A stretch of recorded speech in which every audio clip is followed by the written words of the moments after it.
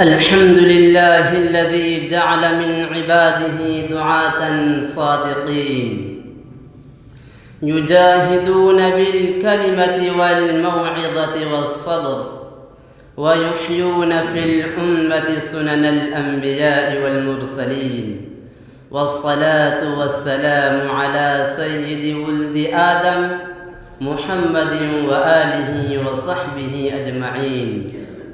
أما بعد، فرئيس هذه الحفلة الموقر وأساتذة الأجلاء والضيوف الأكارم، أولاً أحييكم بتحية الإسلام الخالدة فأقول السلام عليكم ورحمة الله وبركاته.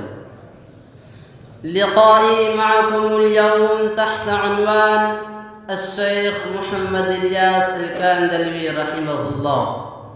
أرجو أن تصغوا إلي بآذان مستمعة وقلوب مستوعية. أيها المنتدى الميمون، إن من أعظم ما تحتاج إليه الأمة اليوم أن تتذكر رجالاً عاشوا للدين ولم يعيشوا لأنفسهم، رجالاً باعوا دنياهم بآخرتهم وجعلوا همهم هداية الخلق وإحياء السنة ونشر نور الإيمان. ومن هؤلاء الرجال الأعلام الشيخ محمد الياس الكاندلوي رحمه الله، إمام الدعوة والتبليغ الذي أحيا الله به قلوبا وأنقذ به أجيالا وفتح على يديه باب الدعوة العامة بين المسلمين في شرق الأرض وغربها.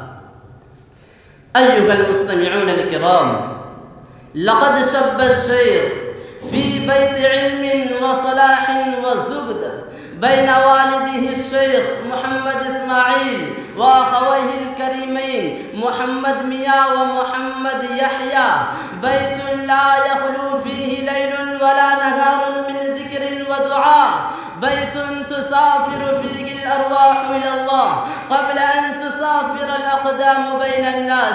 فكان لهذه التربية الأثر الأعمق في قلب الشيخ حتى حمل هم الدين في صدره صغيرا ونذر حياته للدعوة كبيرا.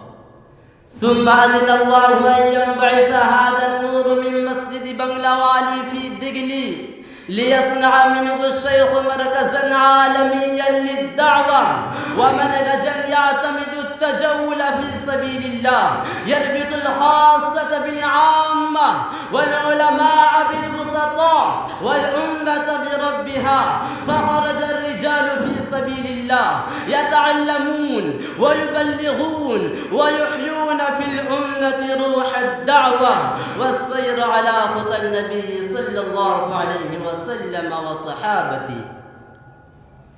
أيها الحفل الكريم، وتجلى جهد الشيخ أكثر ما تجلى في منطقة ميوات، حيث عاش قوم جهال يسمون مسلمين لا يعرفون من الدين إلا اسمه ولا من الإسلام إلا رسمه، قطاع الطرق سجان غفلتهم، حتى أخذ الشيخ يناصح ويزور ويجول راجلا وراكبا، يعلم الصغار والكبار ويربط الجميع بالمساجد والقرآن ويزرع فيهم حب الله ورسوله، حتى تبدلت أحوالهم وتاب اللصوص والقتلة وصاروا دعاة ومبلغين، وانتقلت ميوات من ظلام الجهل إلى نور الدين على يد رجل واحد صادق مع الله. أيها المؤمنون، لقد شارك في هذه الدعوة علماء كبار، ومن أبرزهم الشيخ احتشام الحسن الكاندلوي والشيخ محمد الزكريا والشيخ حسين أحمد المدني والسيد أبو الحسن علي الندوي والشيخ منظور النعماني وغيرهم من الأعلام الذين أيدوا الشيخ وشهدوا منهجه بالإخلاص والصدق وساندوه بالقلم والعمل والسفر. يا دعاة الغد وقادة المستقبل، وكان أعظم ما يميز الشيخ حزنه على الأمة وخوفه على ضياع الدين فيها، حتى كأن هموم الأمة قد أكلت جسده وأضنت بدنه، ورغم ضعفه ومرضه كان يصلي قائما مع الجماعة ويجول للدعوة وهو لا يكاد يقف على قدميه، فكان حقا من الذين قال الله في شأنهم فلعلك باخع نفسك على آثارهم إن لم يؤمنوا. رحمات الله عليه لقد عاش للدين حتى مات، وانتقل إلى رحمة ربي اليوم 21 من شهر رجب سنة 1363، فغاب الجسد وبقي الأثر وبقي العمل وبقي منهج يتردد صداه في الأرض كلها. أيها السادة الأعزاء، إن دعوة الشيخ محمد الياس لم تكن طقوسا ولا ألفاظا تقال، بل كانت تربية على العمل وقيام ليل وبكاء وخروجا وجهادا بالنفس والوقت والمال، ولذلك أثمرت وما أثمرت إلا بالإخلاص، وما انتشرت إلا بالتجرد عن الدنيا.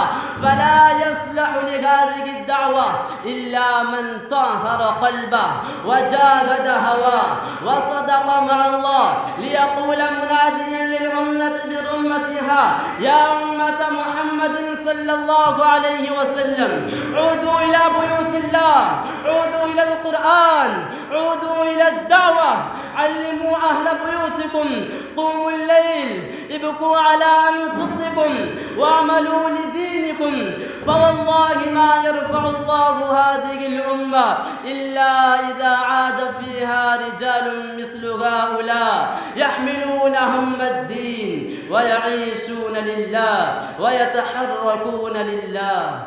اللهم ارحم الشيخ محمد الياس الكاندلوي واغفر له وارفع درجته في عليين، وتقبل جهده وثمرته، واجعلنا من العاملين لدينك بإخلاص والناهضين بواجب الدعوة والبلاغ.